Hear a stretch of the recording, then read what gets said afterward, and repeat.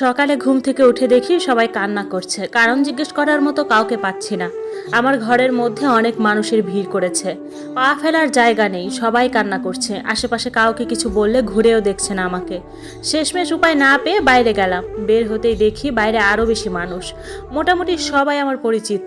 কিছু বুঝে ওঠার আগেই কেউ একজন আমার কাঁধে হাত রাখলো। আমি তার দিকে তাকাতেই বলল, চলো, আমাদের যাবার সময় হয়ে গেছে। আমি তখন বললাম, আমি আপনাকে চিনি না, কে আপনি, আপনার সাথে কেন যাব? আমার কথা শুনে মানুষটি হাসলো। উনি কিছু বলতেই যাচ্ছিলেন, এমন সময় আমার মা হাউমাউ করে কাঁদতে কাঁদতে বাইরে আসলেন। আমার কাছ দিয়ে দৌড়ে মানুষগুলোর মাঝে চলে গেলেন। আমার পাথরের মতো শক্ত মাকে কাঁদতে দেখে আমার বুকটা ধুক করে উঠল। এতক্ষণে খেয়াল করলাম বাড়ির উঠোনের একদিকে খাটলি রাখা। আমার হাত পা কাঁপতে লাগলো। বাবার কিছু হয়নি তো? আমি দৌড়ে মায়ের কাছে গেলাম। তিনি খাটলিতে রাখা লাশটা নিয়ে আহাজারি করছেন। কাফনের কাপড়ের কারণে আমি দেখতে পাচ্ছি না কার লাশ। চোখ ভর্তি পানি নিয়ে আশেপাশে আমার বাবাকে খুঁজলাম। দেখলাম ছোট চাচা বাবাকে ধরে কান্না করছেন। বাবাকে সুস্থ দেখে আমার জানে পানি আসলো। তাহলে মা কার জন্য কান্না করছে? আমি মায়ের কাঁধে হাত রাখতে গিয়ে রাখতে পারলাম না। হঠাৎ আমি অনুভব করলাম আমি মাকে ছুঁতে পারছি না। কেউ একজন এগিয়ে এসে লাশের মুখের কাপড় সরিয়ে দিল। তারপর তারপর আমি যা দেখলাম, কাফনে মোড়ানো নিজের লাশ দেখলাম। আমার মাথা কাজ করলো না আর। আমি নিজের লাশের পাশে বসে পড়লাম। মনে করার চেষ্টা করলাম কি হয়েছিল আমার সাথে। ধীরে ধীরে মনে পড়তে লাগলো সব। দৌড়ে রুমে গেলাম। আমার ঘরের ফ্যানে এখনো মায়ের শাড়ির কাটা অংশটা ঝুলছে। সুইসাইড করিনি আমি, আমাকে মেরে ফেলা হয়েছিল। বাবা চাইতো ইঞ্জিনিয়ার বানাবে, মা চাইতো ডাক্তার বানাতে। সবার চাপের মাঝে বলে উঠতেই পারিনি আমি কি হতে চাই। সবার মন রাখতে অ্যাডমিশনের প্রিপারেশন নিতে শুরু করলাম। প্রতিদিন দুবেলা শুনতাম মেডিকেল না হলে বুয়েটে ওর হয়েই যাবে।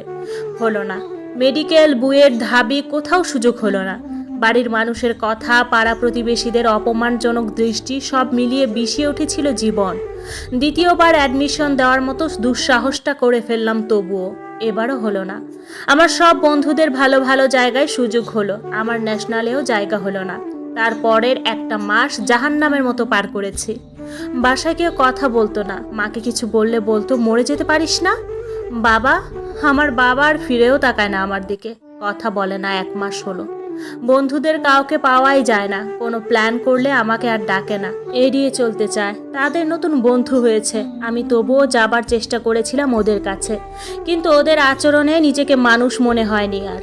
স্যার বলেছিল, তোমার দ্বারা কি হবে সেটাই দেখব। স্যার আমাকে দেখলে হেসে ওঠে। রাতে খাবার টেবিলে বাবা চিৎকার করে উঠল, আমার সাথে এক টেবিলে বসে খাবেন না, বলেই উঠে চলে গেলেন। মা আমার দিকে তাকিয়ে বলল, হয়েছে শান্তি? তোর মতো একটা কুলাঙ্গার কিভাবে জন্ম দিয়েছি আমি? আমি উত্তর দিলাম না, চুপচাপ খেতে লাগলাম। আমি তো জানি এটা আমার শেষ খাওয়া। মার বোধ হয় সহ্য হলো না, আমাকে খাবারের প্লেটেই চড় মেরে বসলেন। খাবার সহ প্লেটটা টেনে ফেলে দিলেন। আমি তবুও চুপ থাকলাম। গলা ফেটে কান্না আসছে। আমি উঠে চলে আসলাম নিজের ঘরে। বাইরে থেকে মায়ের কণ্ঠ শোনা যাচ্ছিল। যতক্ষণ শোনা যাচ্ছিল শুনলাম। তারপর আমার মায়ের যে শাড়িটা চুরি করে এনেছিলাম ঘরে, সেটা জড়িয়ে ধরে বসেছিলাম অনেকক্ষণ। যখন আমার নিঃশ্বাস বন্ধ হয়ে আসছিল, আমার মনে হয়েছিল আমার বাবা আসবে, আমাকে নামিয়ে বলবে, একটা ইউনিভার্সিটি কি তোর থেকে বেশি দামি? ভেবেছিলাম আমার বন্ধুরা আসবে, বলবে, দোস্ত মাফ করে দে। কেউ আসলো না, কেউ না। সব মনে করতে করতে বর্তমানে ফিরে আসলাম। আমার মা এখনো আমার লাশ ধরে কাঁদছে। বাবা পাথর হয়ে বসে আছে। আমার বন্ধুরা কাঁদতে কাঁদতে চোখ ফুলে গেছে। তাদের আমি অপেক্ষায় রইলাম কবর হবার। সবাই যখন আমার খাটলি ধরলো, আমি পিছে পিছে হাঁটতে লাগলাম।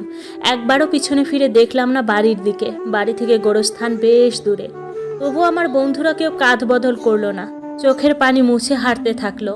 কবর দেওয়ার সময় আমার বাবা বাচ্চাদের মতো কাঁদতে শুরু করলো। সবার সামনে আমার কবরের মাটি আঁকড়ে ধরে বলতে লাগলো, বাজান আমারে মাফ করে দিও, আমার জন্য তুমি আমাদের সাইডে চলে গেলা। আমি বাবা হিসেবে তোমার জন্য কিছুই করতে পারলাম না। সবাই তাকে সামলিয়ে দাফন শেষ করলো। সবাই যেতে শুরু করলেও আমার বন্ধুরা ঠায় দাঁড়িয়ে থাকলো।